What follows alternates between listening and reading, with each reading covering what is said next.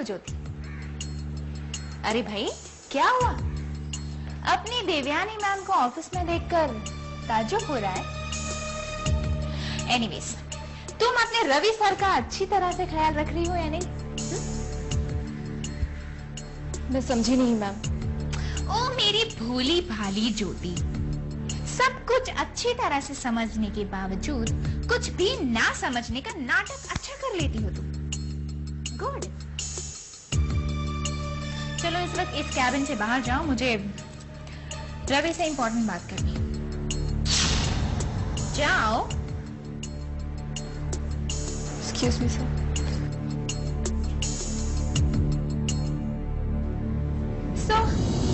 रवि, हाँ मैं जानती हूँ तुम मुझसे बात करना नहीं चाहते, सुबह से अवॉइड जो कर रहे हो, लेकिन आई एम सॉरी रवि, मैं भी क्या करूँ, तुमसे अभी इस वक्त बात करना जरूरी है। तो चलो जल्दी जल्दी बताओ, क्या फैसला लिया है तुमने? रवि ऐसे चुप रहने से कुछ नहीं होगा। सुमन जी का फोन था, उन्होंने मुझे पूछा कि एक्शन कर लो।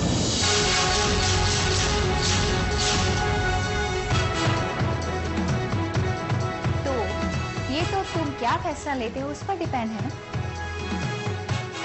तो जब तक तुम कुछ बोलोगे नहीं तब तक मुझे कैसे पता चलेगा कि तुम्हारे दिल में क्या चल रहा है? ठीक है, कुछ भी मत बोलो। मैं सुमन जी से कह देती हूँ कि कल सुबह घर पर पुलिस और मीडिया को लेकर आ जाओ।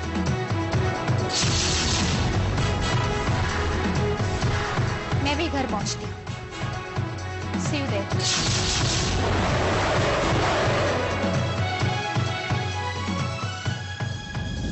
लेकिन हाँ,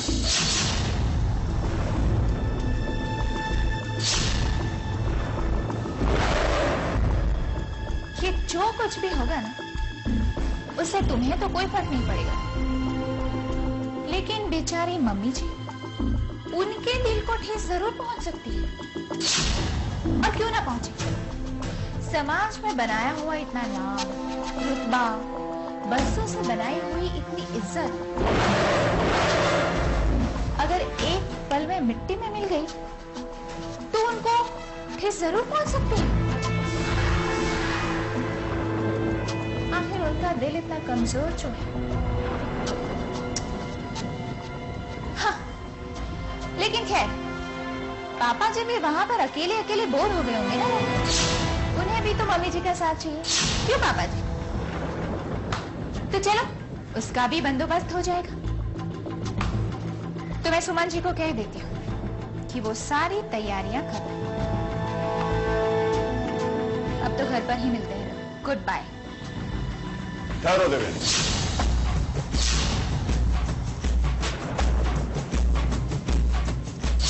ओह, तो तुम कुछ बोले।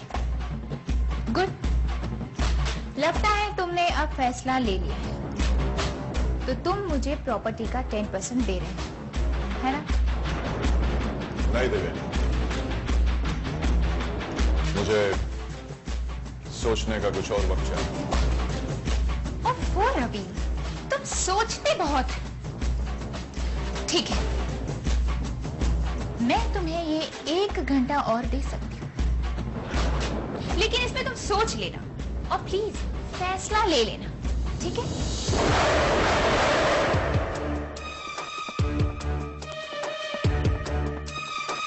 नहीं तो लापरवाही का अंजाम तुम जानते हो ना?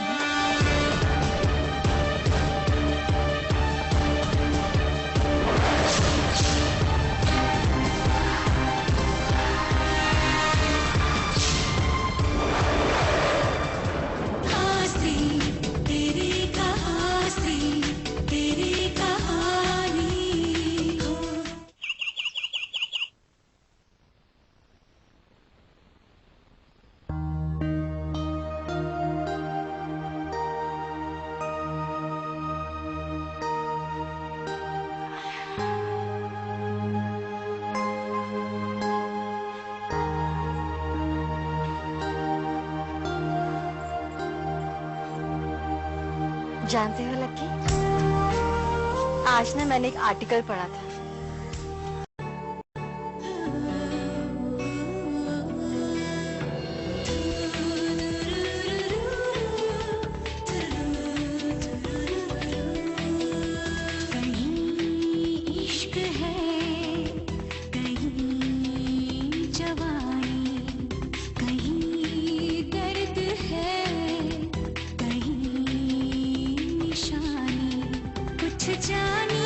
कुछ पहचानी, सुनो औरत की ज़बानी, हंसी तेरी कहानी, हंसी तेरी कहानी।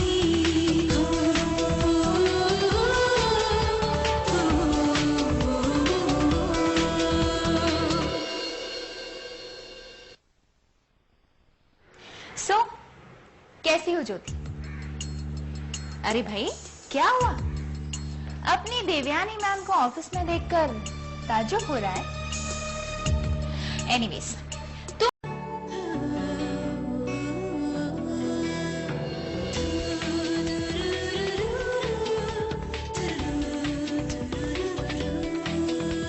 कहीं इश्क है, कहीं जवानी, कहीं दर्द है, कहीं निशानी, कुछ जानी कुछ पहचानी, सुनो औरत की ज़बानी, हंसी तेरी कहानी, हंसी तेरी कहानी।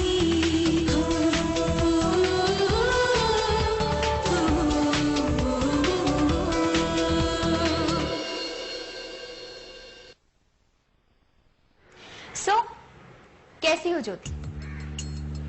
अरे भाई क्या हुआ? अपनी देवयानी मैम को ऑफिस में देखकर ताज्जुब हो रहा है। एनीवेज तुम अपने रवि सर का अच्छी तरह से ख्याल रख रही हो या नहीं? मैं समझी नहीं मैम। ओ मेरी भोली भाली ज्योति, सब कुछ अच्छी तरह से समझने के बावजूद कुछ भी ना समझने का नाटक अच्छा कर लेती हो तुम। गुड। चलो इस वक्त इस कैबिन से बाहर जाओ, मुझे रवि से इंपॉर्टेंट बात करनी है। जाओ। Excuse me sir.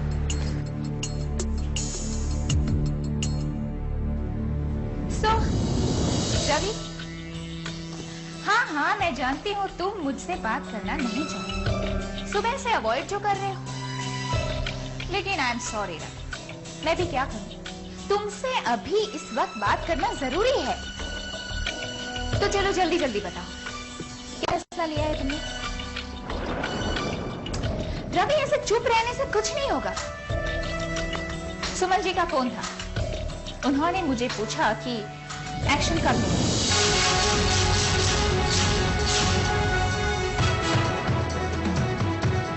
तो ये तो तुम क्या फैसला लेते हो उस पर डिपेंड है ना। तो जब तक तुम कुछ बोलोगे नहीं तब तक मुझे कैसे पता चलेगा कि तुम्हारे दिल में क्या चल रहा है? ठीक है, कुछ भी मत बोलो। मैं सुमन जी से कह देती हूँ कि कल सुबह घर पर पुलिस और मीडिया को लेकर आ जाओ।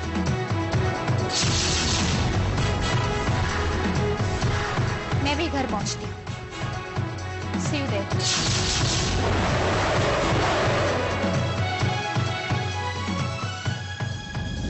लेकिन हाँ,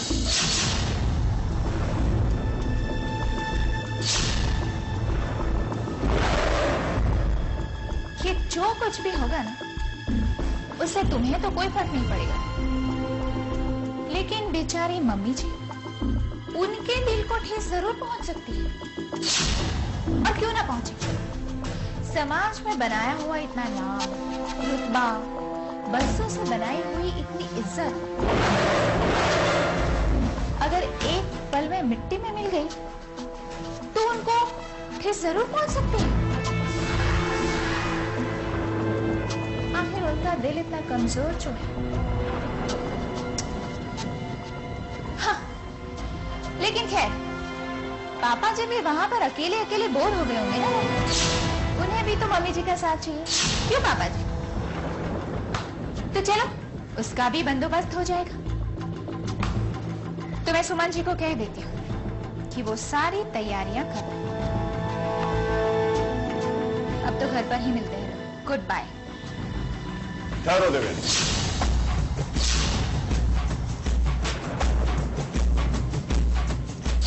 ओह, तो तुम कुछ बोले। गुड, लगता है तुम तुमने अब फैसला ले लिया है तो तुम मुझे प्रॉपर्टी का 10% दे रहे हो, है ना?